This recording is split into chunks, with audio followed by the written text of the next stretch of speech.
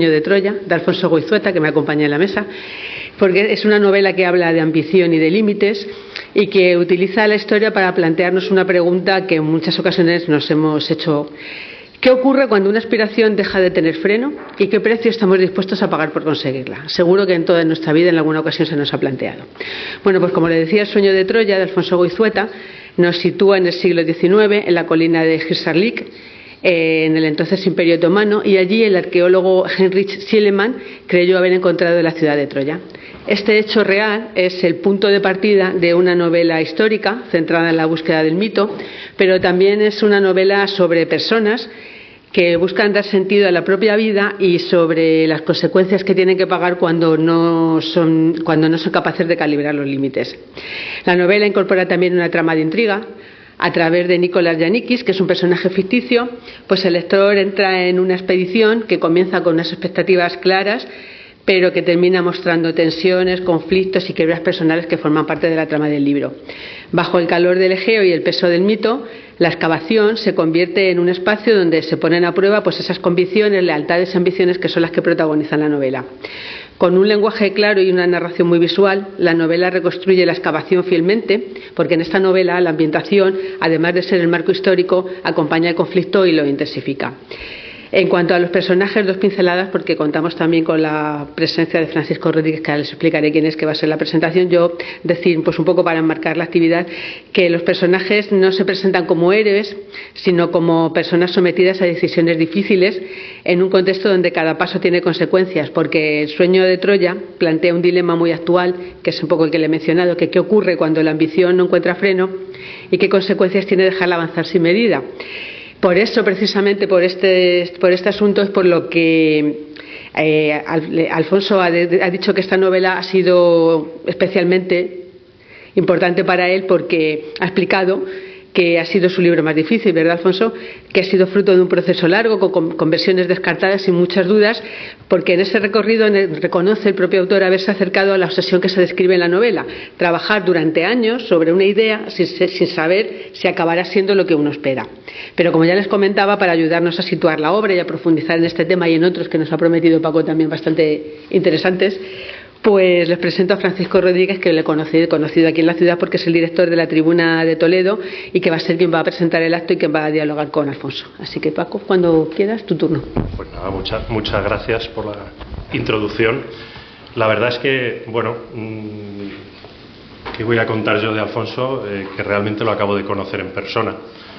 No había coincidido físicamente nunca con él, ni siquiera habíamos hablado por teléfono, pero yo le conozco desde que es columnista en Grupo Promecal, que es el grupo de comunicación al que pertenece la Tribuna de Toledo, y desde que en 2024 pues comenzó a colaborar con una sección en la que decidió Óscar del Hoyo, ¿no?, que es el encargado de las páginas comunes del periódico y de la sección de cultura, contar con una sección en la que se representara y escribieran jóvenes que pudieran aportar otro punto de vista, ¿no?, a lo que es muchas veces el género del columnismo, en el que predominan, yo creo que más las canas, ¿no?, y más los espaldas plateadas que lo que sea la juventud.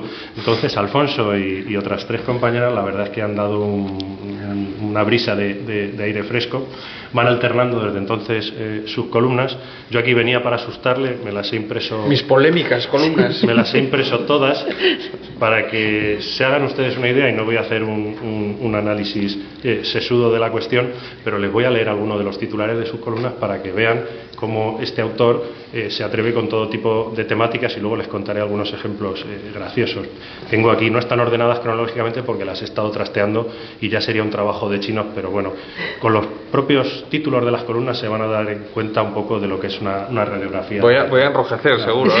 Tenemos: los políticos tienen la culpa. ¿Pero esa es verdad o no es verdad? Sí. Esto es dato objetivo, solo estoy leyendo el titular. El umbral de la relevancia. Bueno, esta habría que... Pedro Sánchez es el...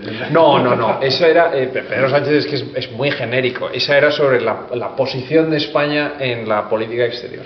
La amnistía olvidada. Lecturas de verano, esta es especialmente emotiva. Esa es, ¿no?, especialmente bonita, sí. García Paje sigue siendo del PSOE. Está aquí en Castilla-La Mancha. Esa fue polémica. La profundizamos más. En realidad no hubo apagón. Esa también me gustó. Sí. No es una guerra fría. La insoportable pandemia de hacerse fotos a todo. Anuencia. Esa también es verdad. Sí, sí. ¿Volverán los mármoles del Partenón? Esa, Muy esa estrictamente fue profetizando relacionado. esta novela. Necesitamos una nueva constitución. Donald Trump y la guerra de Ucrania. Sentido común trágico. Esa no es mía. Esa No, no es esta, se me ha colado, estaba aquí yo. Esa es de Sara. Vale, Ah, la perdón. fuera. Esa era demasiado, Compañero. demasiado sesuda era para mí. 75 años de República Popular de China. TikTok, un peligro para la salud mental. Efectivamente. Esta sí, evidentemente, buscando a Elena de Troya. O sea, esta ya está escrita con todo conocimiento de causa en el libro. Recientemente, la invasión de Venezuela. ¿Esa es la de hoy o la de ayer? La de esta semana, sí, sí. Y, por último, Memorias de los políticos. Con esta introducción de lo que serían los títulos de sus columnas, yo lo que quiero decir que yo realmente al escritor lo conozco menos que al columnista, pero tanto la labor de un escritor como la de un columnista están muy relacionadas y muchas veces es complicado afrontar, siempre es complicado afrontar el proceso de la escritura, aunque todos los escritores tengan una mayor o menor habilidad a la hora de crear, pero tú puedes escribir durante un montón de horas y que lo que escribas no merezca en absoluto la pena o decidas desecharlo y a lo mejor escribes una nota un día en el móvil, antes las escribíamos en servilletas, pero tú supongo que ya las escribes en el móvil, y esa idea puede ser la piedra en la que orbite pues toda una novela.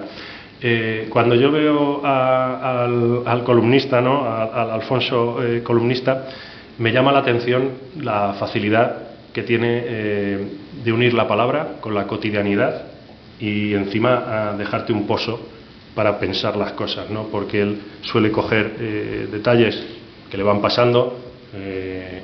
Yo quiero pensar que todos son reales, ¿no? También hay autores que luego muchas veces tal, pero yo creo que en las columnas son todos reales. Todo lo que va contando es plausible, es decir, me creo perfectamente que le pasen estas cosas y que luego él a partir de ahí saque experiencias y vivencias. Y me maravilla como, con lo joven que es, la capacidad que tiene de hilar todos estos temas y hacer que una columna de opinión, que muchas veces puede ser un género árido en un periódico en el que la gente solo busca leer muchas veces el titular, la entradilla y con un poco de suerte el pie de foto, te invite a leerla de cabo a rabo. Te va metiendo en su historia, te va contando sus argumentos. Al final de la columna, pues como todo el mundo faltaría más, se los compras o no, pero te da una opinión bastante fundamentada. Y eso, la verdad, Alfonso, se agradece mucho. Pues te lo agradezco muchísimo. Así que como director de la Tribuna de Toledo y como director regional de Las Cabeceras, tu opinión en Castilla-La Mancha, la verdad es que gusta. Sigue así, bueno, pues sigue teniendo esa opinión mordaz y nosotros seguiremos leyéndote. Habrá que cambiar el título, porque ya de talento emergente creo que ya se merece. Pero el título de la columna es otro. Sí, se llama Dieron las 12. Dieron las 12. Pero y está eso, en la sección de... Pero eso tiene una explicación, y que tiene además que ver con el libro y con mi libro anterior, que fue finalista del Premio Planeta y todo. Yo creo que empecé a escribir en Promecal en el otoño del 2024, cuando yo acababa de ser finalista del Premio Planeta, y entonces entregábamos el relevo a las del año pasado, a Beatriz Serrano y a Paloma Sánchez Garnica. Y claro, los días anteriores de entregar un nuevo Premio Planeta, cuando de alguna manera se acaba el reinado de un año entero que la editorial ha ido contigo, uno se siente como un poco extraño, porque durante un año entero has sido el caballo ganador de la editorial, por así decirlo, ¿no? Y de repente te encuentras que vas a tener que ceder al testigo y que toda esa atención que te han dado y todo ese foco y toda esa vanidad que se te ha inflado va a pasar a otra persona. Y entonces en la editorial me decían, bueno, esto los autores lo llaman el fin del reinado, o que cedéis el trono, o que cedéis la corona, como lo queráis llamar. Y a mí eso no me gustaba nada. Y fue mi madre la que me dijo, porque yo le hablaba de esto del reinado, de la corona y tal, y me dice, el reinado y corona esto no tiene nada que ver. Esto es como la Cenicienta. Dieron las 12 y de repente todos volvemos a ser ratoncillos y la carroza vuelve a ser una calabaza y el traje vuelve a ser un harapo y las lagartijas y el tal no sé cuánto. Y me pareció maravilloso porque me parecía que era de una cosa que a mí me gusta escribir mucho en las columnas, que es el realismo, o la vida tal cual es, sin perderse en las fantasías de la ilusión, que también tiene mucho que ver con esta novela. Y entonces me parecía que esa frase de dieron las 12, es decir, bueno, ya se acabó el cuento, se acabó el hechizo, y ahora volvemos a ser lo que hemos sido siempre, o volvemos a ser los ratoncillos que hemos sido siempre, ¿no? Ya dejamos de ser príncipes todos para ser ratoncillos. Y por eso le puse el título de dieron las 12, y normalmente lo que escribo en las columnas es, escribo mucho de política, escribo mucho también de política internacional, desde el punto de vista de decir, bueno, el mundo de los idealismos, ese mundo de los años 90 donde todos creíamos que el mundo iba a acabar siendo una democracia, que el progreso era una línea que nunca terminaría, ¿no? Una evolución lineal, todo eso se ha desvanecido, o es el mundo en el que yo he crecido, el mundo en el que yo he adquirido conciencia, un mundo donde se desvanece la ilusión y donde quedan las realidades de piedra, tal cual son. Y por eso le puse el título de dieron las 12. Al final nos sale una entrevista, contando aquí cosas que no sabíamos. Bueno, yo a lo que quería empezar con esta introducción, hablando del Alfonso columnista, es que es como yo llego al autor que hoy tenemos aquí sentado.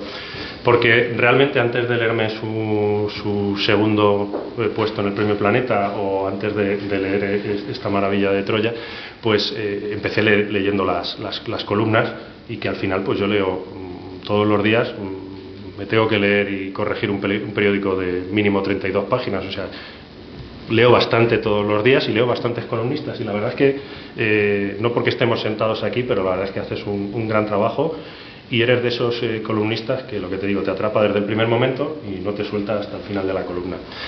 Y entonces, cuando yo tengo que trasladar y decir vamos a ver, y me ofrecen estar hoy aquí presentando el libro, pues descubro otra faceta que lo hace más curioso y que me destaca más aún sobre tu juventud, y no quiero que se me olvide contarte una anécdota de Juan Eslava Galán, hablando Juan y yo de ti. Ahora te la contaré. Espero que fuera algo bueno. Sabes que Juan Eslava fue jurado del Premio Planeta. Sí. Vale, pues por ahí van los tiros. No quiero adelantar nada, vamos a generar expectación. Bueno, a lo que iba con el libro, el libro, y veníamos comentándolo ahora en el café que nos hemos tomado previo, Troya, tú coges el libro y lo primero que hace Alfonso es que te pone el prefacio, lo abre y te lo explica. Y él reconoce que seguiría escribiendo y que va a seguir prácticamente que siempre escribiendo sobre este tema, o siempre vinculado, porque le encanta.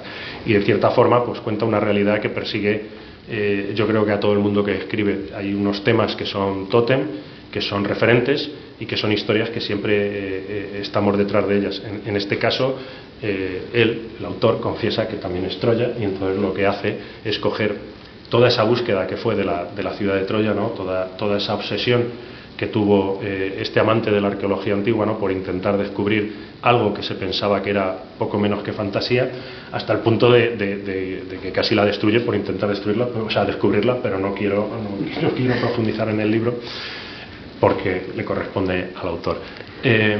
Todo eso es muy interesante. Y además para mí creo que es un ejercicio de sinceridad brutal para con el lector, y te prepara mucho para ver el libro, en el que por supuesto que Troya es protagonista, pero yo creo que las obsesiones y la psiquis humana también creo que es el protagonista, ¿no? Y un poco el hilo conductor.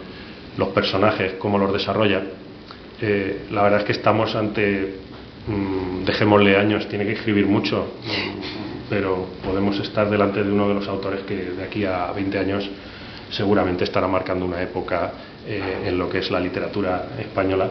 No te lo agradezco, pero no me pongas mucha presión, ¿eh? No, son 20 años, son mucho tiempo. Tienes tiempo, sí. Tienes potencial, sí. Así que échale ganas. Y herramientas.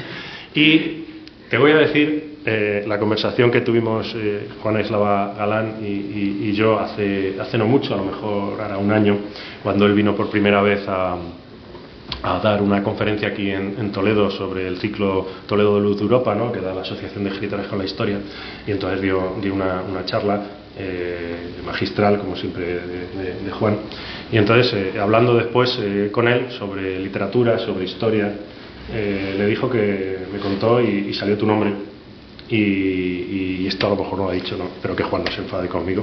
Bueno, queda en... No lo digan, por supuesto en la tribuna no se va a publicar porque ya me encargaré yo que no se ponga, pero queda entre nosotros. Juan estaba gratamente sorprendido contigo y me confesó que cuando leyó tu novela no tenía dudas de que esa novela la había escrito un setentón que debía ser especialista en filología griega o latina o algún especialista. Entonces, y de repente salí yo y dijo, ¿dónde está el truco? ¿no? Exactamente, y dijo, pero ¿what?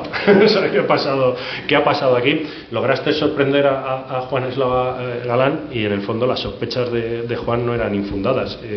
Si cualquiera de ustedes ha leído la obra que le permitió a este hombre ser subcampeón del premio Planeta, pues la verdad es que representa y hace una radiografía de los personajes en la que hay mucho conocimiento, o por lo menos lo emana, ¿sabes? O sea, de cualquiera de las formas. Si tiene ese conocimiento, que seguro que lo tiene, es brillante, pero es que si no lo tiene y logra hacerlo plasmar y que un lector lo lea y le transmita todo eso, eso ya de por sí es una habilidad literaria al alcance de pocas personas. Entonces, no sé si dónde está la clave, o en el punto medio siempre está la virtud. Pues es que no sé qué decir, porque me estás regando de cumplidos. Pues te voy a dejar que sigas hablando. Y entonces, Juan, en ese momento, es lo que le extrañó. Y entonces, claro, cuando te conoció, pues dijo, pues realmente hemos acertado.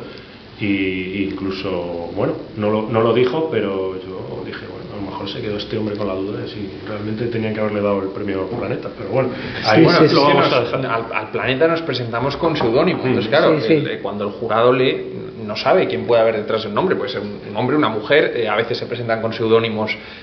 Luz Gabás me parece que se presentó con un seudónimo que era Hoja de Árbol. Pues detrás de eso puede haber cualquier cosa. Claro, eso es lo que marca la transparencia de un premio literario, ¿no? Y luego también marca la sorpresa de que abran una plica y pues el setentón sea yo. Efectivamente, y es lo que le sorprendió, lo que le admiraba. Y bueno, ya por mucho que tú digas que yo aquí te estoy regalando los oídos, que diga Juan Eslava Galán eso en una comida informal en la que con una persona que ni siquiera te conoce, y en aquella época yo creo que Juan tampoco sabía ni que eras columnista nuestro, o sea, que no tenía la obligación de hacerlo, pues para que veas, llévatelo hoy aquí de Toledo. Pues desde luego, me lo llevo. Y bueno, yo ya no hablo más de él, ahora que lo demuestre, ¿no? Que demuestre que está a la altura de mis cumplidos, y nada, pues yo, señores, les dejo aquí con Alfonso, que les va a contar, pues eso, los misterios de su novela. Voy a hablar de mi libro, de mi libro y de mis artículos. Paco, muchísimas gracias por esa presentación. Ya cualquier cosa que diga yo será utilizada en tu campo. No, ya arruinaré todo lo que has dicho y me dices, a ver si estás a la altura de mis palabras. Desde luego no podré estarlo. Pero esta es una novela que me gusta mucho haber venido a presentar aquí a Toledo, porque me da la oportunidad de hablar de la novela con una metáfora. Me da la oportunidad de decir que esta es una novela que tiene como piedra angular de su inspiración el Quijote.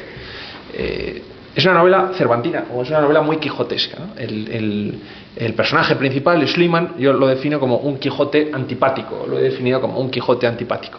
En tanto que el Quijote tenía una nobleza que no tiene mi personaje, por desgracia, porque era un personaje oscuro y polémico, pero es un Quijote en el sentido de que es un hombre al que la realidad no le es suficiente y que necesita de la inventiva para que la realidad le sea soportable. Y es un hombre que comete el error, no sé si consciente o inconsciente, eso lo dejo a ustedes cuando lean la novela que lo dictaminen, de hacer de la ficción o hacer de la literatura realidad, o de tomar la literatura por algo real. Eso es lo que le sucede al Quijote cuando lee las novelas de caballería. Piensa que las novelas de caballería aluden a una verdad histórica y que por tanto él perfectamente puede armarse caballero andante y repetir la historia de los caballeros andantes. Y Schliemann es un hombre que cuando lee la Ilíada de Homero, cuando su padre se la lee cuando es pequeño y cuando él ya de mayor empieza a zambullirse otra vez en los clásicos, sufre ese mismo proceso de enajenación que tiene el Quijote.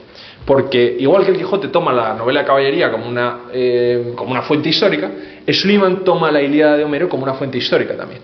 Y piensa que la historia de Troya que todos conocemos del caballo y de Aquiles y de Helena y París que no representa mitología, que no representa mitos, sino que representa historia. Piensa que está leyendo una fuente histórica y que el poema de Homero está basado en una historia real, en una ciudad que existió, en unos personajes que existieron tal y como se definen en la Ilíada, y que por tanto, dado que era una fuente histórica, tendría que haber rastros históricos o rastros arqueológicos de esa ciudad bajo la tierra. Y con ese planteamiento en mente, Schliemann, que en el momento en el que empieza esta novela, que es en 1870, tenía 48 años, tenía una mujer, tenía un imperio comercial que había levantado él solo, porque él era un hombre había nacido pobre, pero era muy inteligente y había conseguido labrar una grandísima fortuna. En ese momento, 48 años, familia, imperio comercial, fortuna, trabajo, hijos, una sociedad en San Petersburgo, que es donde vivían, que les hacían la ola porque eran muy ricos, todo lo que podríamos decir, la vida completa o la vida al satisfecho, lo abandona, se divorcia de su mujer, en un momento en el que no se divorciaba nadie, de hecho hace una triquiñuela muy fea, consigue la nacionalidad estadounidense para poderse divorciar de su mujer en América, porque en Rusia no estaba permitido el divorcio, se va a Grecia, se casa con una joven de 18 años, 30 años menor que él, y se la lleva a Turquía a excavar, siguiendo la Ilíada. Todo el mundo, por supuesto, le dice que está loco. Para empezar, empieza en una universidad, en la Universidad de París, teniendo contactos con profesores de arqueología, explicándoles un poco cuál es su proyecto, y por supuesto se ríen en su cara, ¿no? Le dicen que no va a llegar a ningún sitio. Pero él, obstinado, igual que el Quijote, en que Troya se podía encontrar. Y lo cierto es que va y la encuentra, o más o menos va y la encuentra, ¿no?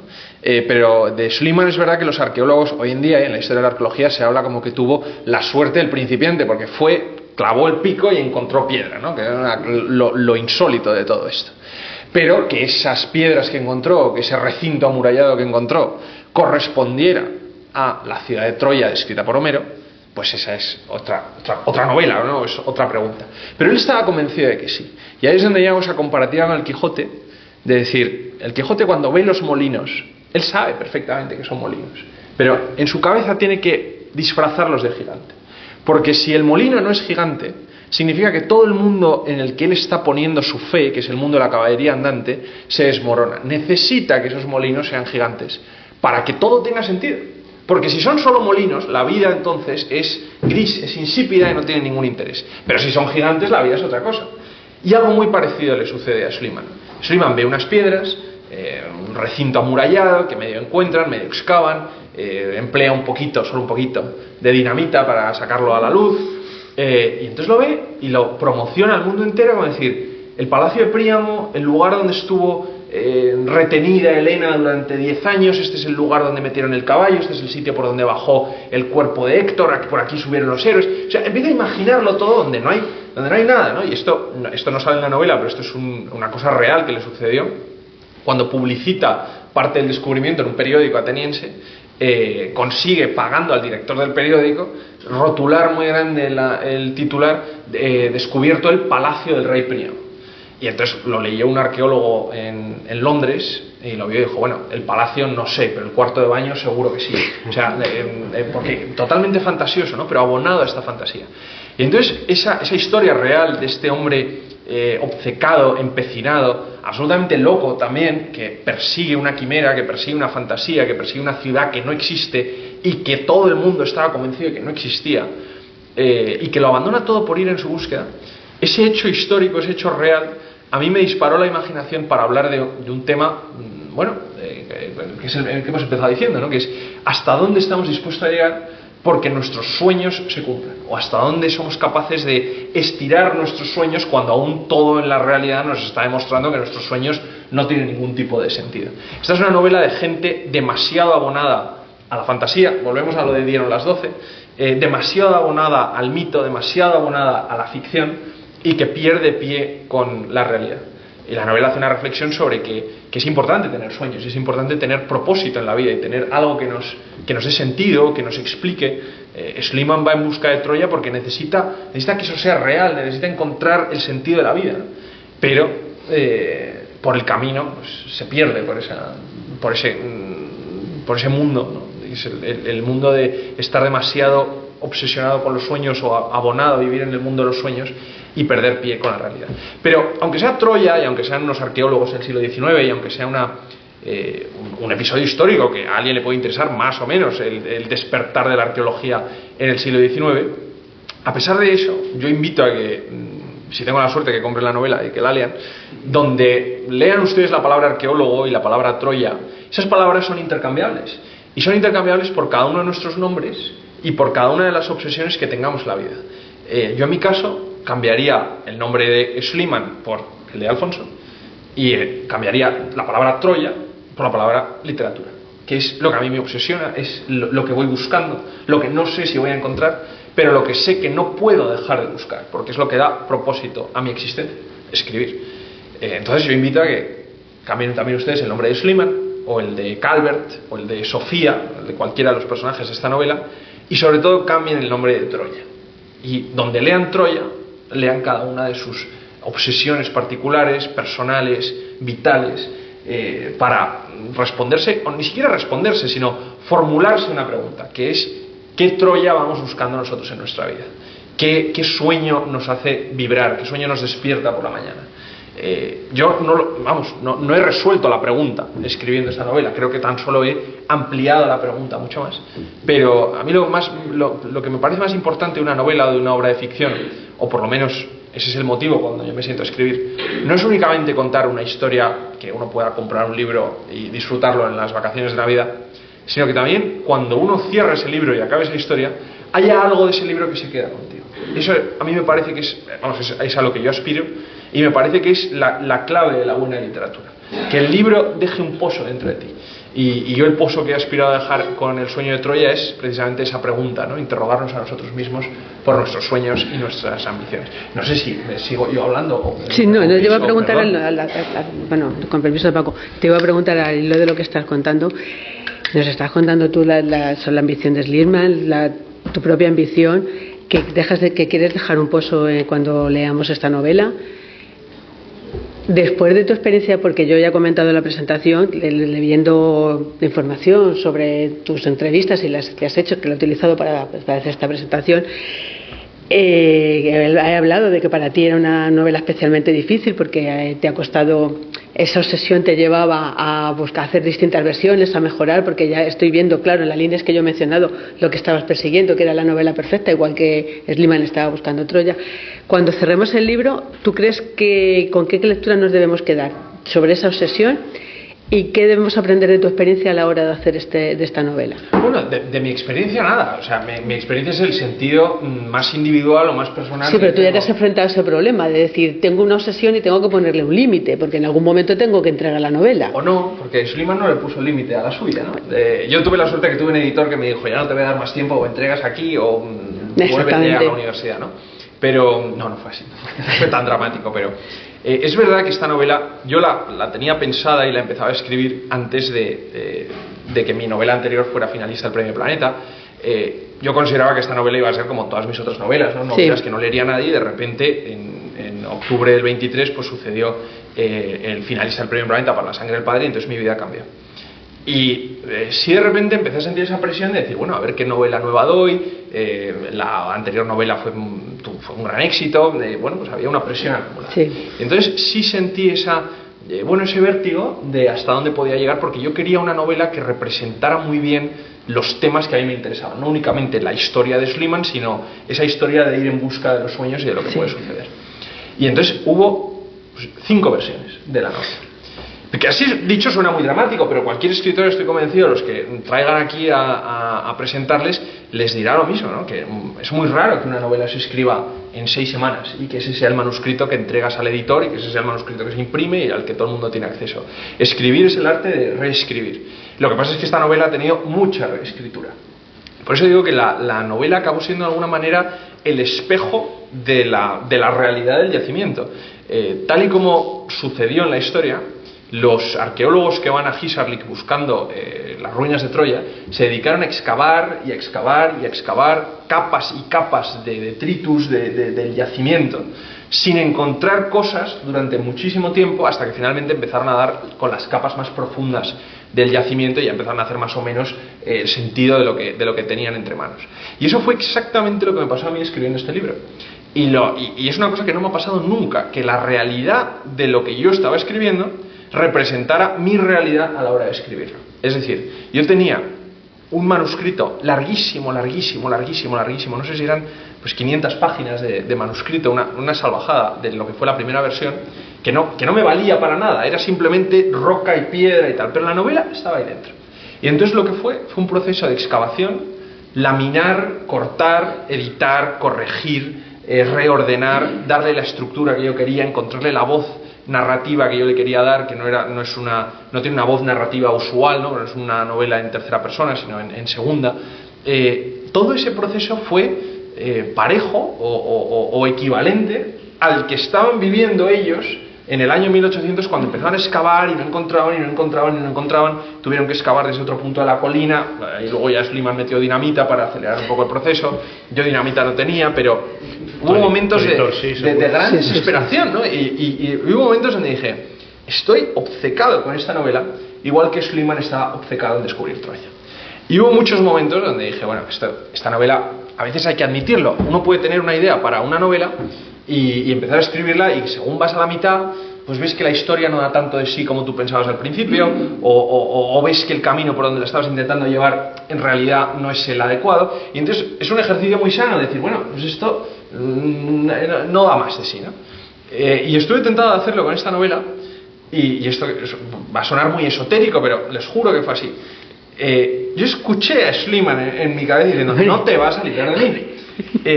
Igual que le sucedió a otro de los personajes de esta novela, a Frank Calvert, que es el arqueólogo que comparte excavación con Schliemann y que en un momento se pelean a muerte, ¿no? Y Schliemann le advierte, le dice, no te vas a librar de mí, ¿no? Y entonces cuando eso sucedió dije, esto es porque aquí hay algo. O sea, esto no sucedería si la novela no fuera especial. No voy a decir buena ni perfecta, pero... ¿El proceso de creación de la novela es particular el que acabas de decir? O sea, ¿trabajas así o es... ¿Normalmente escribes del tirón y luego pules? Yo trabajo así. Es más, el primer proceso, que es tener un borrador, me parece que es el más difícil de todos, pero el más necesario. A mí no me gusta escribir tanto como me gusta reescribir. A mí lo que más me gusta es cuando ya tengo un magma de texto y digo, bueno, pues aquí ya me froto las manos y empiezo a cambiar cosas, a jugar con ello como si fuera un puzzle. Pero para eso lo más difícil es tener un bloque de mármol que empezar a tallar, ¿no? Y de hecho lo que más me cuesta es cuando no tengo ese bloque de mármol terminado y a mi cabeza empieza a pensar en cómo quiero cambiar las cosas de sitio y me tengo que frenar y decir, no, primero acábalo, ten un cuerpo de trabajo y luego ya sobre esto empiezas a jugar. Lo que sucedió con esta novela es que ese proceso de cambiar cosas me llevó mucho más tiempo o muchos más intentos de lo que normalmente solía, porque esta novela empezó teniendo una voz narrativa entera, que era Schliemann contando su historia, o más bien un narrador omnisciente contando la historia de Schliemann desde su punto de vista. Y cuando ya pensé que más o menos estaba, y sobre todo cuando mi editor más o menos pensó que estaba, de repente dije, no, perdón, que he dicho que esto lo voy a entregar esta semana, que no. Y me dijo, bueno, la semana que viene. Y dije, no, en 6 meses. Y eso no le gustó tanto. Pero era necesario, ¿no? Porque no puede ser. Es que era necesario, la historia lo pedía. Estás hablando de 5 versiones. Sí. Estás hablando de una excavación profunda. Estás hablando de una voz que te dice que empieza la cuenta atrás de la explosión de tu cartucho de dinamita. ¿Cuál fue tu dinamita? Porque algo tiene que haber, un antes y un después en el que digas, hasta aquí hemos llegado. Pues yo creo que la dinamita fue encontrar al narrador que cuenta esta historia. El gran problema que tuve es cómo contar la historia a un loco, ¿no? Schliemann es un hombre loco, y además es un hombre loco que lleva a cabo, no diré atrocidades porque no mata a nadie, ¿no? Pero mata civilmente, podríamos decir. Un hombre sin escrúpulos, manipulador, no hacía prisioneros cuando se trataba de llevar a cabo sus fines, y me resultaba muy difícil contar una historia desde ese punto de vista, porque no me parecía que fuera un personaje simpático desde el que se podía contar una historia, ¿no? La comparaba con Alejandro Magno en La sangre del padre, aunque fuera terrible. Para mí Alejandro sí tenía esa capacidad de redención y de querer ir a mejor, ¿no? Entonces sí podía tener ese protagonismo. Y Schliemann no. y hasta que encontré la manera de cómo contar su historia, que fue inventando al narrador, que es el único personaje ficticio que hay en la novela, Nicolás Yanikis, un chico joven que más o menos me identificaba yo con él y que, bueno, pues acude como secretario de Schliemann, y entonces es a través de sus ojos que vemos todo lo que sucede, ¿no? Y podemos ser testigos del vilipendio de Schliemann. Pues hasta que di con él, que tardé muchísimo en andar con él, la novela andaba como que no encajaba. Y podía estar bien, y de hecho yo estaba contento con ello, pero no estaba. Te hacía falta la dinamita. Sí. Entonces hemos hablado de la dinamita, hemos hablado de 5 intentos y hemos hablado también al principio de la presentación del esfuerzo, de poner límites a ese esfuerzo. Pues ¿Cuándo hay que poner límite? Porque al final lo que tú quieres es que nosotros nos llevemos una lectura en la que nos has pedido que traslademos esas obsesiones a nuestras propias obsesiones y que buscamos nuestro propio Troya. Desde tu punto, de que tú has vivido toda esta experiencia de la ficción con Schliemann y en tu propio trabajo, ¿cuándo consideras que debemos poner límites y cuánto es el precio que debemos pagar por nuestras obsesiones? Claro, evidentemente, pero tú qué nos recomiendas desde tu experiencia. Yo creo que cuando, en mi caso con esta novela, fue cuando ya empezó la cosa a salirse de madre y decir, bueno,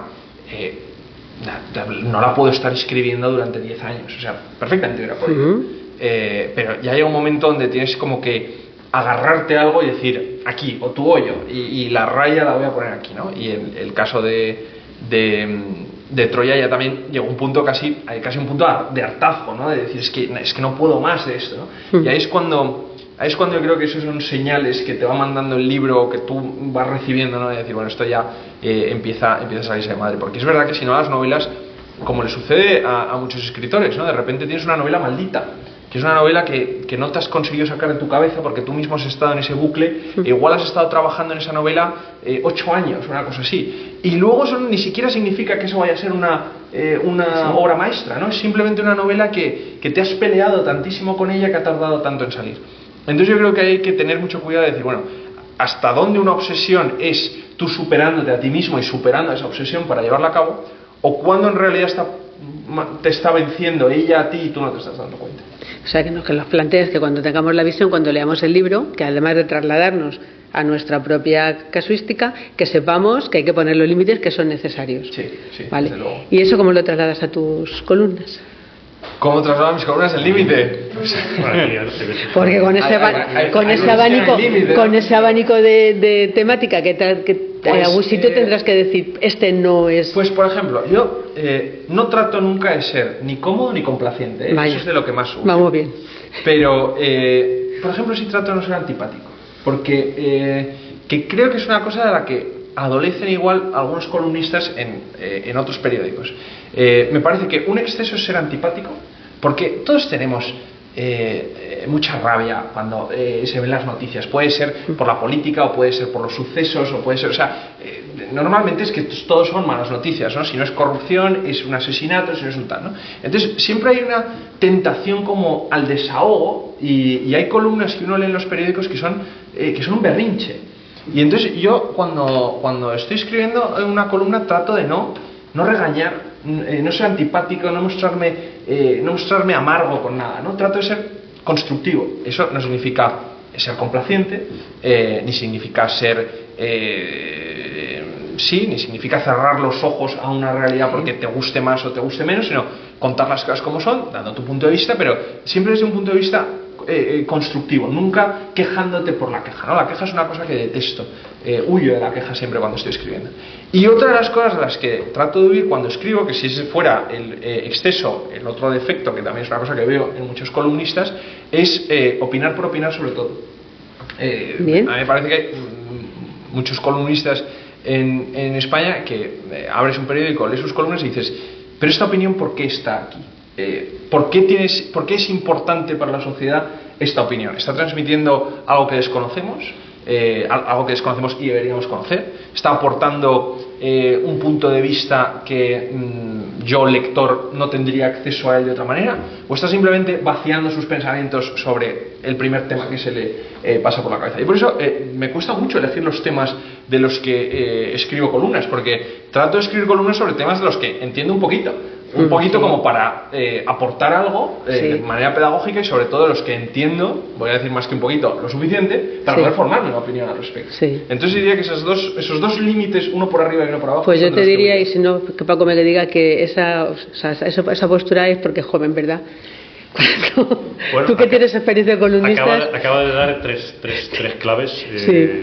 Hay tres, para mí, cuando se le da a alguien una columna de opinión, lo que impera es que es amo y señor de lo que allí cuenta. Eso sin lugar a dudas. Pero hay, como en todos los sitios, líneas que no hay que traspasar. Él lo ha dicho. La primera, yo se lo digo así muy claro a la gente porque hay algunos columnistas que no lo entienden. Digo, no se insultan. Hay columnistas que directamente va al insulto.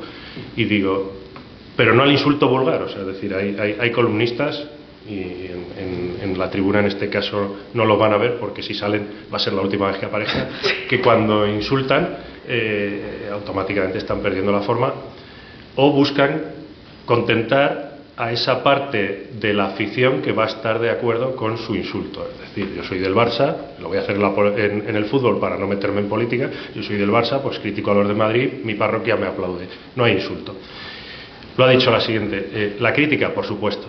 Para eso están las columnas, para criticar, ese es el objetivo, o para intentar, como él ha dicho, aportar algo que el lector desconoce o creemos que debe desconocer y tiene que conocer. La crítica tiene que ser siempre constructiva, lógicamente. Aquí él en sus temas, además se ve hay mucho tema internacional porque es mi formación fuerte y aporta, realmente sí que da enclaves que muchas veces pasan por debajo del radar, ¿no?, de lo que es el resto de tertulianos. Y luego el problema, que muchas veces eso yo creo que va vinculado a los egos. Hay columnistas que llevan mucho tiempo ejerciendo de columnistas y se creen, como está ahora tan de moda en internet, que son todólogos. Yo puedo hablar de todo, yo sé de todo, faltaría más. Yo soy aquí un faro de luz y los demás deben seguirnos. Y yo creo que el columnista y el ejercicio del columnismo y el ejercicio del periodismo debe afrontarse siempre desde la humildad. Desde la humildad del que a lo mejor conoce, pero desde la humildad del que debes transmitir lo que tú conoces de la forma más eficiente para que el lector lo entienda lo mejor posible y sobre todo saque sus propias conclusiones. Porque si tú la conclusión se la vas a dar hecha, eso no es opinión y eso no es periodismo. Eso, señores, es propaganda. O sea, y automáticamente hay que intentar evitar eso. Y yo creo que, bueno, dentro de lo que es el columnismo, y yo tengo bastantes columnistas, no sabría ahora decir, pero vamos, cerca de 20 columnistas a lo largo de todos los días, pues por eso yo digo que realmente es una bocanada de aire fresco leerlo, seguramente también vinculado por su juventud. Veremos a ver cuando lleve 40 años escribiendo columnas de opinión, si sigue tan fresquito y si no insulta a la gente. Pero hoy por hoy sí que lo está logrando. Insultar, vamos, yo nunca insultaré, porque es que, sobre todo es que me parece muy fácil, porque insultar puede insultar todo el mundo, ¿no? Entonces, pero claro, ahí es donde hay que para criticar a alguien e insultarles, que entonces no tienes muchos argumentos para criticar lo que está haciendo, ¿no? Sí. Entonces eso me parece que es terrible cuando lees una columna de opinión donde te están transmitiendo ese enfado y tú mismo estás ahí y dices, esto no me interesa, porque cada uno se puede enfadar por sí mismo, ¿no? No necesita el caduceo de un columnista para enfadarte. Y todavía te falta la columna, que es un clásico entre los columnistas, el día que describas un pájaro o el día que te pongas a mirar el cielo, que es esas columnas que dices, no me está contando nada, pero me lo está contando tan bien que me la leo. Bueno, pues me la voy a apuntar. Estoy esperando el día de una contemplación bucólica y nos la narres con el día. Ya que no tenga un tema de actualidad. Literatura por literatura. No, pero por ejemplo, una de las columnas de las lecturas de verano era esa lo acabas de contar ahí a la entrada, lo de niños, es muy bonita. Es que puedo contar esa anécdota, porque es una anécdota muy bonita. Es una columna que escribí en julio, o la última de antes del verano. Y es una anécdota real que me había pasado en la Feria del Libro de Madrid. Yo creo que de las cosas más bonitas que me han pasado nunca.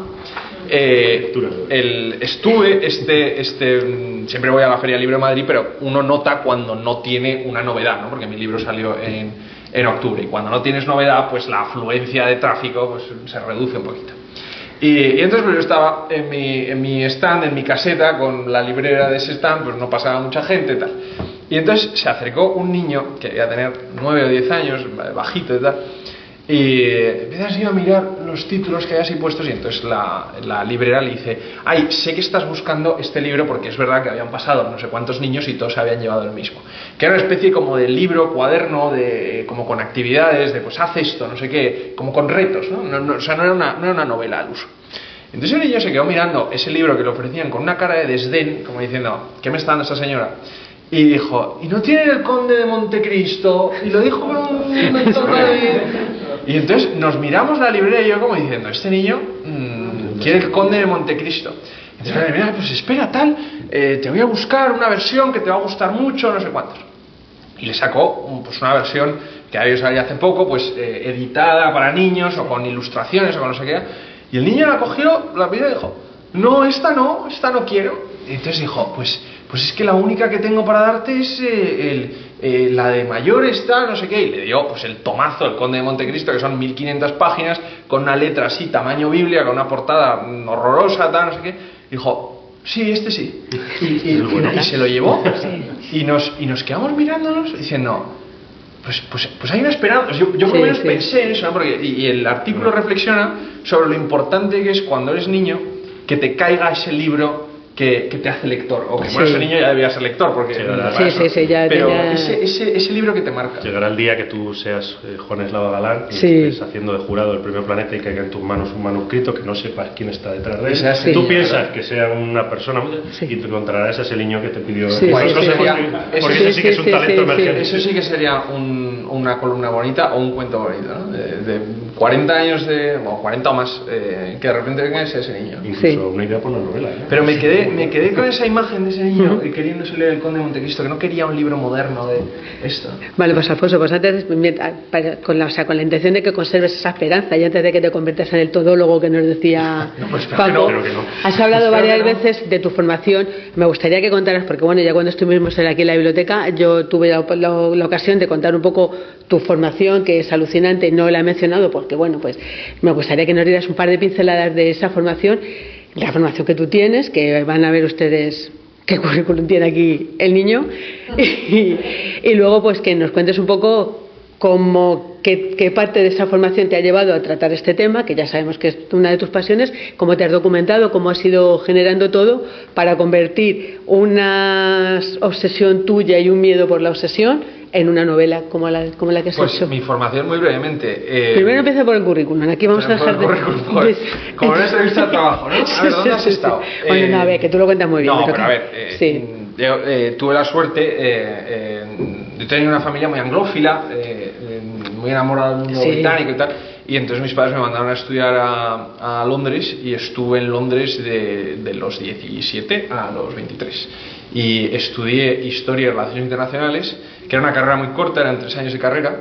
Y entonces eso acabó en el 20, que fue en plena pandemia, y yo me vi que bueno, pues tenía 3 años de carrera, que en el mundo anglosajón son carreras muy cortas, para fomentar que salga rápido al mercado laboral y tal. Pero dije, bueno, pues con esta carrera la verdad que no sé qué hacer mucho. Entonces había una plaza para el doctorado y me matriculé y me dijeron: bueno, es que no has hecho el máster, eres muy joven. Bueno, me matriculé con 20, bueno, a ver, presenta tu proyecto. Y tuve la suerte que me cogieron.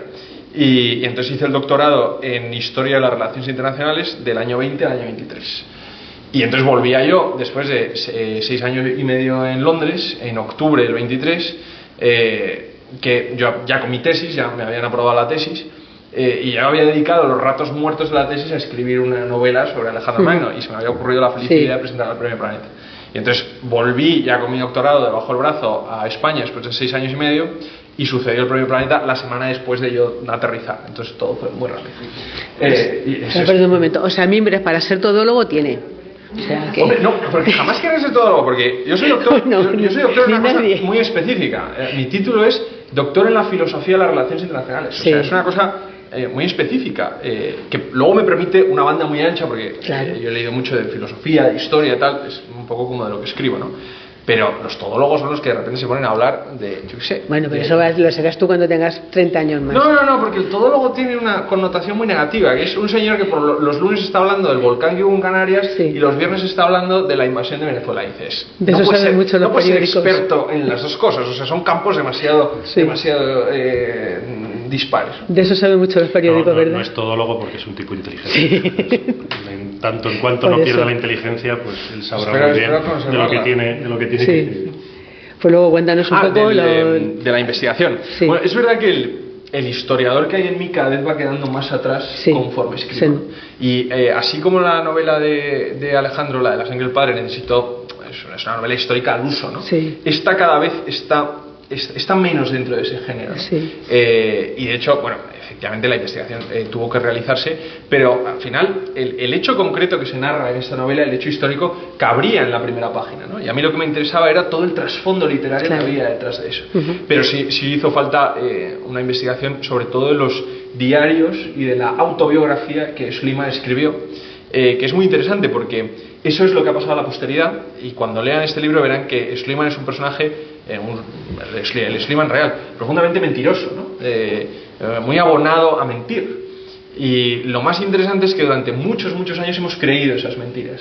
Y la labor de investigación tuvo la gran importancia de discernir dónde acababan las mentiras de Schliemann y dónde empezaba la historia real. Eso ha sido, la verdad, que fascinante de investigar. Sí. Yo creo que, vamos, yo ya te digo, no he tenido la ocasión de leer tu novela, pero sí que he preparado, sí que he notado de las primeras entrevistas que te hacían, bueno, también es cierto con tu primera novela, esa pasión por Alejandro, y aquí ahora ya yo creo que se traduce esa pasión por lo que nos has comentado, que también lo he recogido en mi presentación, de transmitir la obsesión, el peligro de la obsesión, los límites a la obsesión y la necesidad de trabajar en esa obsesión.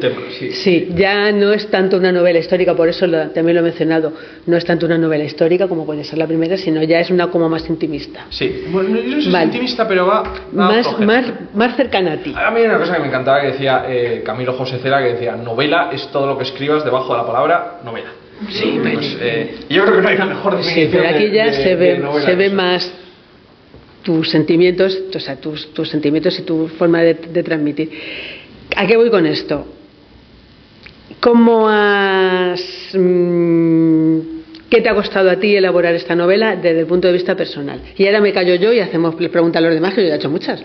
¿Qué precio? Sí, ¿qué precio? Pues sobre todo tiempo. Yo creo no, tiempo no, eso lo tenemos todos, o sea, y nos falta a todos. Algo cuando interior. Estás escribiendo, el tiempo representa mucho, ¿no? Representa familia, sí, no, pero que te quiero decir algo interior, algo que te haya dicho, pues de aquí he sacado... De aquí he sacado, yo creo, estar un paso más cerca de conocerme. Que es me parece bastante interesante. Bastante interesante. Bueno, ¿alguna pregunta más? ¿Quieres...? Pasamos a que preguntamos, porque al final hemos hecho una charla. Te quería preguntar en qué andas ahora, con qué nos vas a sorprender, porque bueno, vemos que tienes una temática muy clásica. Sí, pero que ahora ya la utiliza como pretexto. Claro. Que no es la primera igual que... ¿Vas a seguir ahondando o nos vas a...? Voy a, si te parece, Paco, en columnas sucesivas... Lo vas a ir soltando, me parece. Porque mira, la columna de los mármoles del Partenón es como de febrero, por ahí. Está la pista de lo que dijo de la... O sea, sigue en el mundo clásico. pero comprando el periódico y leyendo. Ahí bien hecho. No lo sé si tienen alguna pregunta. Y si no, pues feliz. No, sí. Pues, mira, adelante. Sí, bueno. Hay un libro que yo te llevo aquí en la tribuna, es de los que más leo, y recorto algunos artículos. Los tengo impresos. Y tal, sobre lo que has dicho de que echaron dinamita, que eso dinamita de verdad fue en Egipto, que para total, y eso. Es que era un método de excavación antiguamente. Y luego yo lo que has explicado comparo a efectos mentales, he leído sobre Schliemann en Troya con Howard Carter. Sí. Hasta el último momento me descubrió. Yo te digo la verdad que ya he leído yo que esos Tumber y Cera, de Cera, ¿no? Sí, era maravilloso ese libro, sí. Que se dicen que la escribió que era nazi o algo, pero que estuvo preso, algo, indagó mucho, leyó muchos libros, bueno, estuvo aquí en Nacho Ares y le oí en la radio. Entonces, una cosa que escriba, puedes escribir sobre Howard Carter, sobre cómo le descubrió, te presentas al planeta y le ganas ya al planeta. Bueno, ya sería estupendo, Sería estupendo. Si me presento al planeta, que sea con una novela de Howard Carter. Pregunta, ¿qué opinas de la devolución del patrimonio al Partenón y todo esto? Ya, pues es una...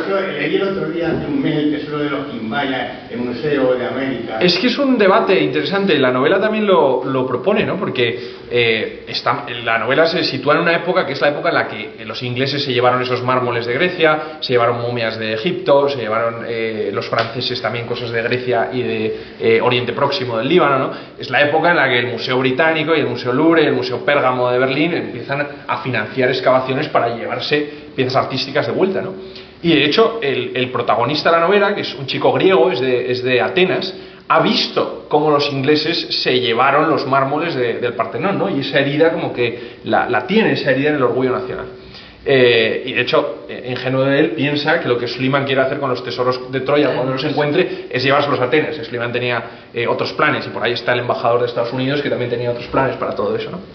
Pero es un debate muy interesante. Los mármoles del Partenón, por ejemplo, que es un tema que he estudiado mucho y me parece muy interesante también desde el punto de vista de las relaciones internacionales, lo que parece que va a haber finalmente es un acuerdo entre el Museo Británico y el Museo de la Acrópolis para compartirlo. Porque es verdad que ambos tienen argumentos, ¿no? Los griegos dicen, oye, es que esto es nuestro patrimonio más elemental, ¿no? ¿Qué somos nosotros sin estas esculturas?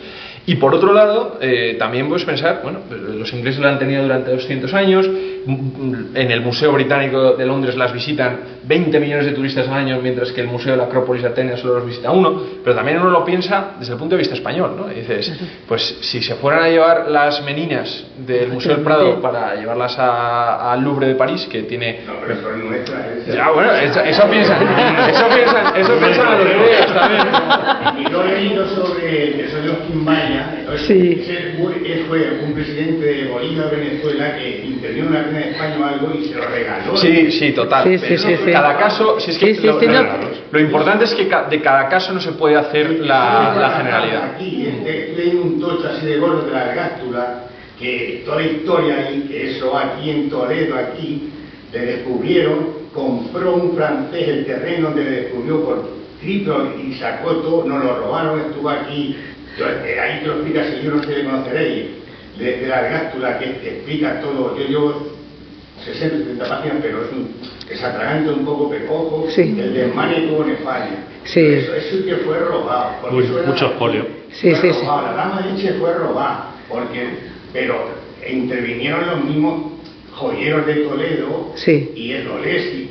Y luego la dama de Elche, igual, ahora compró un librito que han sacado, que han traído al Museo de Arqueología, que explica todo el rollo de la otra novela sobre la dama de Elche y sobre todo igual, pero se han escrito varias ya aquí en Toledo. Sí, pero yo no concibo que sea robado. Claro. El tesoro de Quimaya no fue robado, la dama de Elche tampoco. Claro, pero cada caso...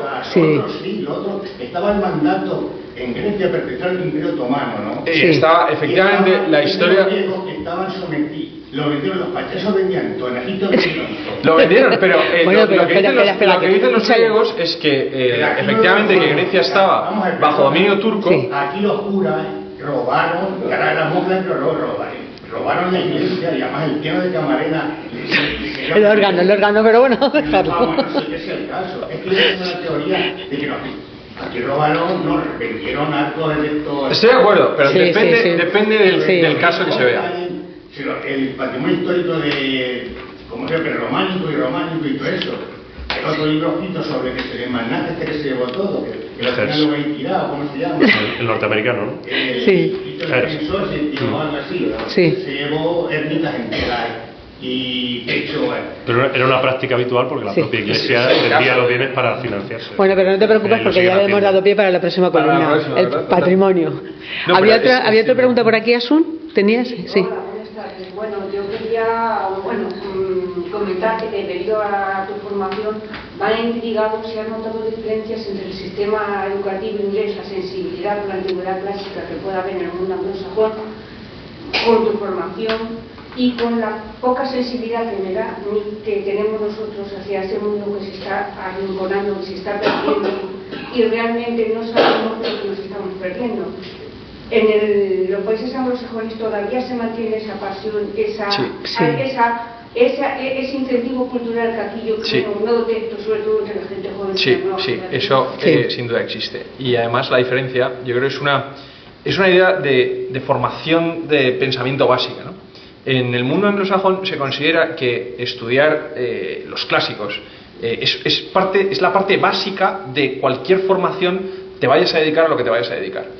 Y en España, yo creo que por una palabra maldita, que a mí me parece que es una palabra maldita, que es la de las salidas, que enseguida hace que todo tenga que ser para algo, todo tenga que servir para algo. Si tú estudias clásicas, tiene que ser para algo. Pues entonces tiene que ser para ser filólogo, profesor, o unas cosas muy específicas tienen que ser. Y en cambio en el mundo anglosajón no hablan tanto de las salidas, de que tú estudies una carrera que te vaya a valer para encontrar un trabajo, esa cosa.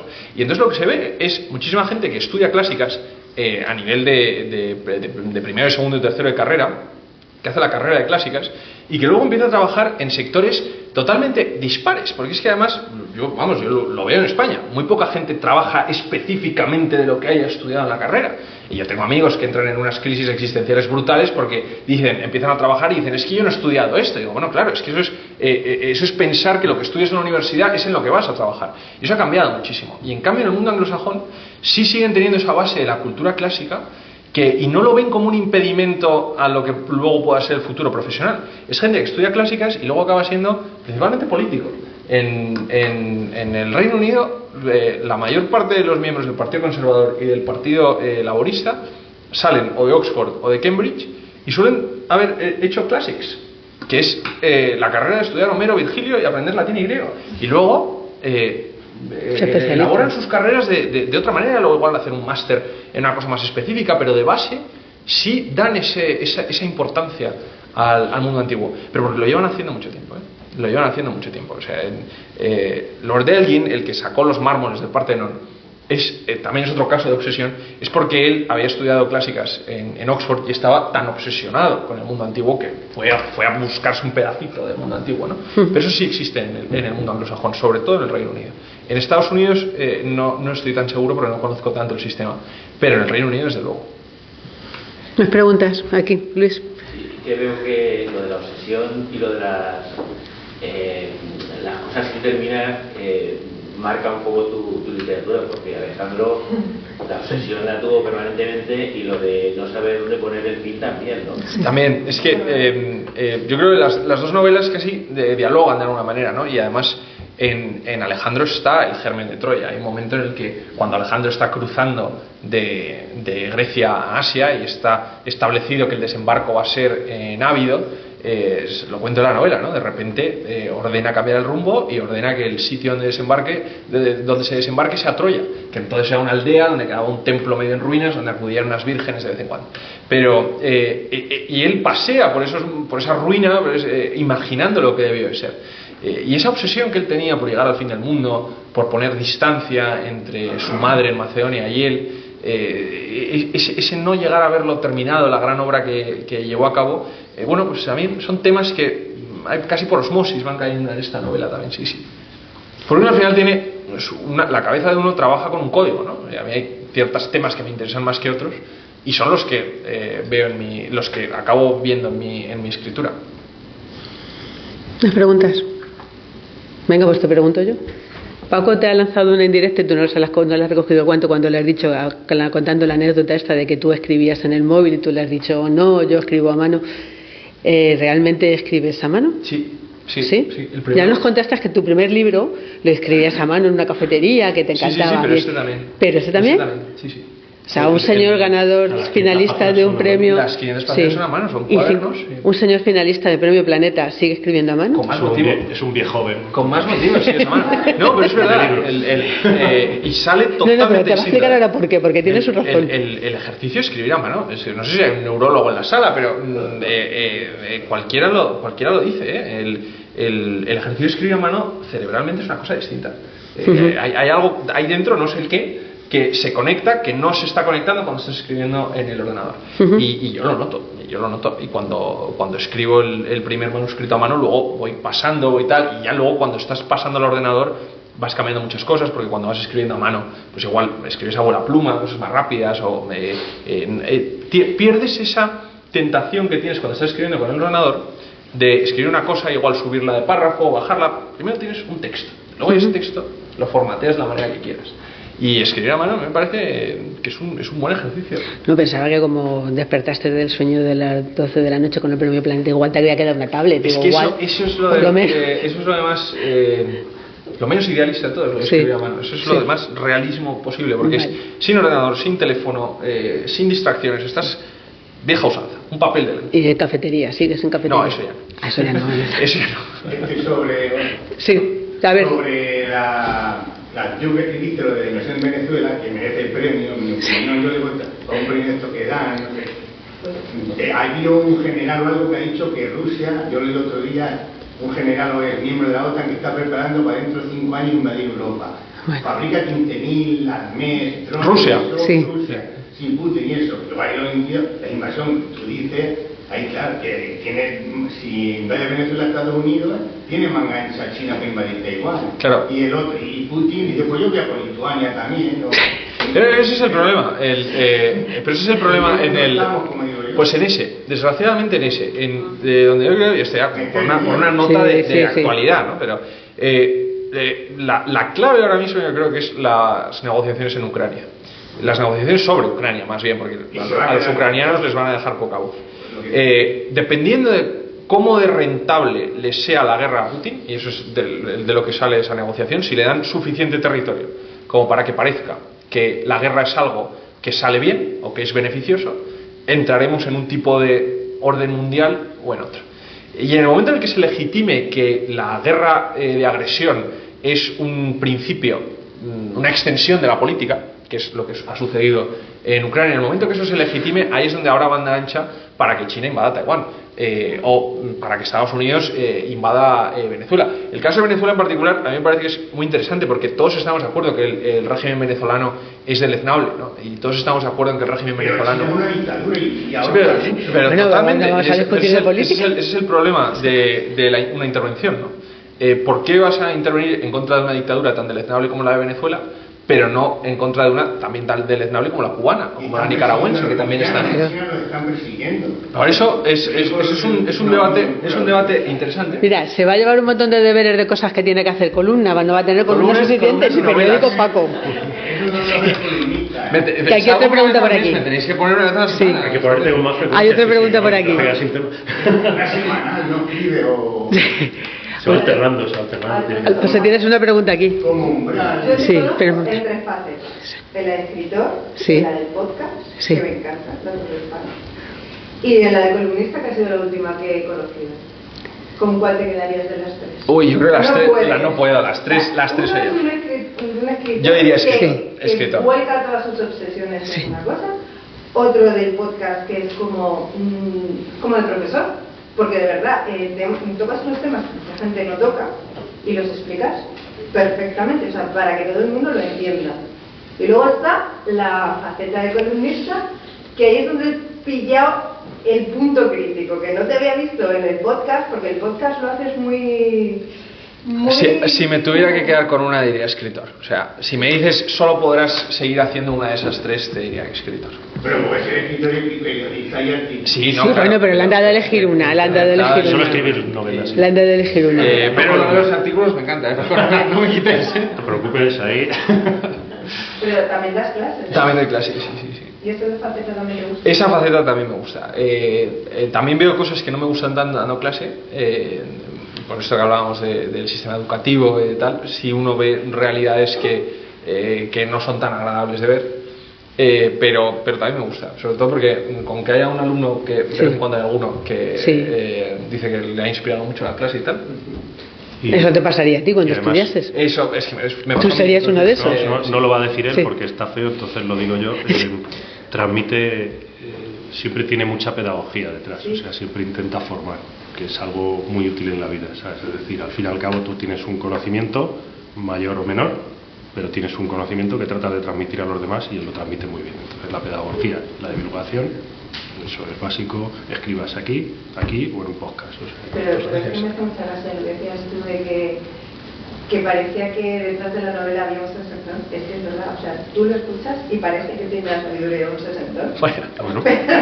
Sí, pero la sabiduría sí, pero también aporta el punto juvenil porque... A mí me pasó porque yo compré tu primera novela en la feria del libro, que yo pasaba por ahí, todo eso me va a tener una cola que te muere, que estabas todo ahí agazapadito, que no decían nada, digo, este chico así jovencito es el que ha escrito esta novela, que ha sido el segundo del propio planeta, Y luego le escuchas hablar y dices, sí, este chico Sí. Es que las firmas, estaba yo agazapadito porque las firmas son una cosa muy dura. Y más cuando tienes una firma al lado de alguien tan importante como Sonsoles, pues claro, pues ella va a tener siempre muchísima gente que va a verla por ser Sonsoles también, ¿no? Entonces, uno siempre... Me pasó una cosa curiosa, una anécdota que igual la conté aquí, no me acuerdo. Pero si me repito, cuando íbamos mano a mano el premio y el finalista, que pasábamos mucho tiempo juntos y íbamos a muchas firmas juntas y tal, en una de esas yo le dije a Sonsoles, joder, Sonsoles, es que a ti te viene a ver muchísima gente, y a mí me vienen a ver pues mucha menos, ¿no? Y me dijo, mira, todo llega a Navidad, porque yo cuando publiqué mi primer libro, que lo publiqué a bombo y platillo y además con premio con el Fernando Lara y tal, y me llevaron a mi primera feria del libro en Barcelona, en San Jordi, yo pensaba que me iba a hinchar, a tener una cola de 300 personas. Y vinieron a verme 4 amigas que tenía por Barcelona, y no únicamente eso, sino que en el sitio de al lado, pero literalmente aquí al lado, me pusieron a Ken Follett, que lo habían traído en avión privado desde San Francisco, desde no sé dónde, y tenía una cola de 800. Y entonces me dije, bueno, pues aproveché que me firmara el libro él, ¿no? Pero me hizo gracia, ¿no? Porque Sonsoles también ha estado al lado de una Sonsoles, de alguna manera, ¿no? Un Ken Follett con 800 de cola.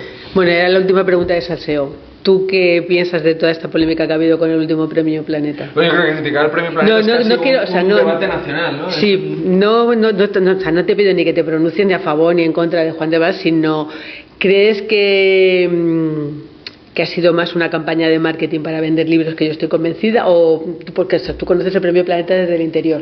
Claro, ¿vale? Yo puedo contar Bien. mi experiencia de premio Planeta. No te digo que te mojes si te gusta Juan de Val, porque eso ya no lo harás en una columna. No he tenido la ocasión de leer ni su novela Bien. ni la de la finalista, y no voy a hablar de un libro del que no he leído. Me parece que es algo que están haciendo todos los todólogos, por cierto.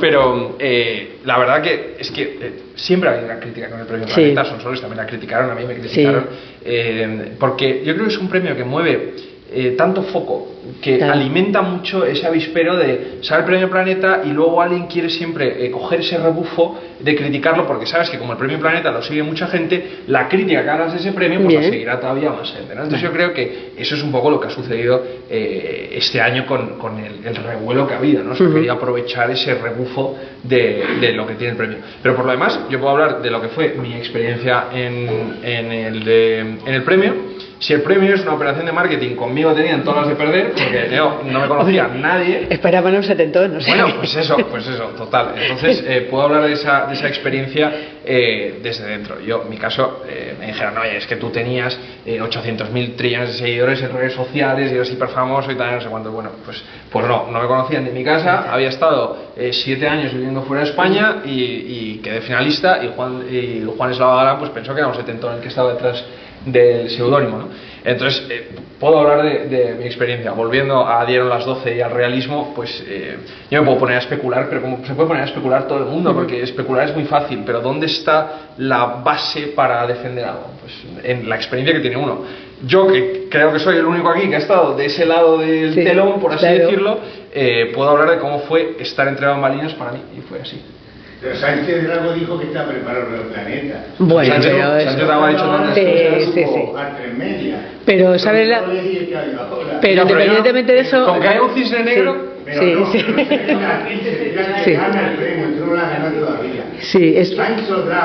Sánchez Dragó dijo que estaba preparado, que dijo con todas las palabras que me iban a dar a mí esto, que están preparados. Sí, bueno, pero vamos a ver, luego hay una cosa... Sí, pero luego hay una cosa muy importante en el premio Planeta.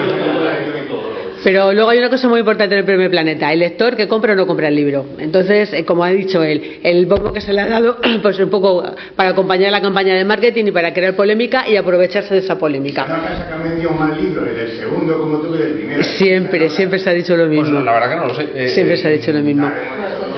Bueno, yo sé que Sonsoles ha vendido mucho más que yo, pero... Bueno, ¿alguna pregunta más? Venga, que ya que estamos en familia, tocamos a una cada uno. Yo me dedico a la enseñanza y mis chicos escriben a mano y no quiero trabajos a ordenador. Los hago y los obligo a escribir a mano, y que me lo presenten de una forma agradable, bonita y ordenada. Pues se lo agradecerán. A futuro se lo agradecerán. Sí. Que escriben ya, cosas muy chulas, muy bonitas. Pues lo agradecerán, sus alumnos lo agradecerán a futuro. Yo soy primaria. Sí. Sí. Eso todo que han quitado los ordenadores a los niños. Eso me parece fenomenal. En Australia ha sido donde un país. Pero lo que tendríamos que hacer es los móviles, me parece una exageración. Bueno, pues venga. ¿Alguna pregunta más, Paco? ¿Quieres terminar tú con una? Venga. Pues la verdad es que me he quedado, yo no sé ya qué facetas preguntarle. Yo te voy a decir que tu proceso de escribir con las manos yo lo hago precisamente requete mal y así me va, claro. Yo evidentemente escribo en el ordenador por la velocidad y el tiempo en el que tenemos que escribir, y lo único que toma mano, y claro, así me pasa, son cuando voy a ruedas de prensa de los políticos. Yo no me gusta la grabadora.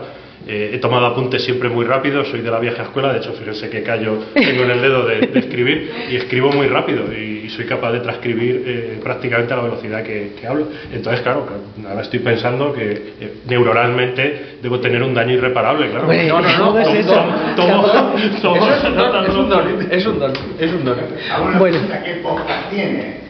Sí, bueno, dile el título de tu podcast. La Torre del Faro, se llama La Torre del Faro. Bueno, pero tu nombre sale mucho. Sí. Sí, Torre de Faro.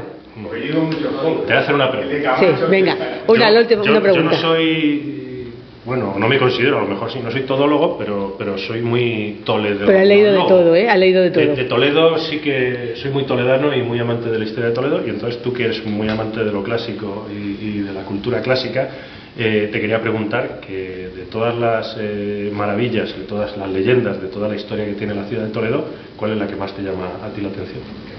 ¿Sabes cuál te voy a decir, verdad? Bueno, tengo sospechas, pero confírmamelas. Pues la que más me llama la atención la he aprendido hace una hora. Entonces no tenía sospechas. Hombre, no, pensaba que iba a haber, no sé. Pues la espada de San Pablo. Bueno, tremendo. Bueno, a ver, cuéntalo, venga. No, hombre, no hemos venido a hablar de... Sí, cuéntalo, ya hay que contarlo. No, en el café en el que hemos visto, yo le he contado, ¿no?, que me enganchó mucho el comienzo del libro cuando él explica el motivo, ¿no?, y la obsesión, y hemos estado hablando de obsesión, y que realmente todos los que empezamos a escribir de algún motivo u otro, aunque para él luego la obsesión sea verdaderamente la obsesión para escribir, pero siempre hay una historia que se nos cruza en el camino. Entonces yo le he dicho, la mía fue la espada de San Pablo, que fue una reliquia que había aquí en la ciudad de Toledo, que se consideraba como la ciudad de Troya una leyenda urbana, un mito, y que yo me la encontré de bruces por casualidad, y a partir de ella pues me persigue desde entonces, y es mi particular obsesión. No hago cosas tan malas como el protagonista del libro, intento no hacerlas de momento, no estoy en un grado preocupante de obsesión, pero yo tengo una obsesión con esa historia, y la verdad es que al final lo comparto plenamente, y me sentía muy identificado cuando leía esas palabras de Cambia que claro. Al final nos vamos a ir cada uno con nuestra obsesión, cada uno con nuestro Troya. Está en un pozo, ¿no? Se perdió aquí. Ten cuidado que no sabes con quién estás hablando. Porque el pozo lo dragaron y no encontraron nada. Ten cuidado que no sabes con quién estás hablando. Pero puede estar en el pozo que metiendo la leyenda. Tampoco está, porque metimos una cámara acuática y lo registramos. Sí, es como por ahí salió la noticia. Bueno, pues nada, si no tienen alguna pregunta más. Tocamos a uno por persona, que estamos en familia. Si no tiene ninguna más, pues... Me pongo a firmar. Sí, por eso pasamos a la firma. ¿Dónde me pongo ahí? Sí, ahí mejor. Sí, vamos a pasar ya a la firma. Sí, espera. Desearles... Uy, pues no pinta el boli. Gracias. Pues no pinta el boli.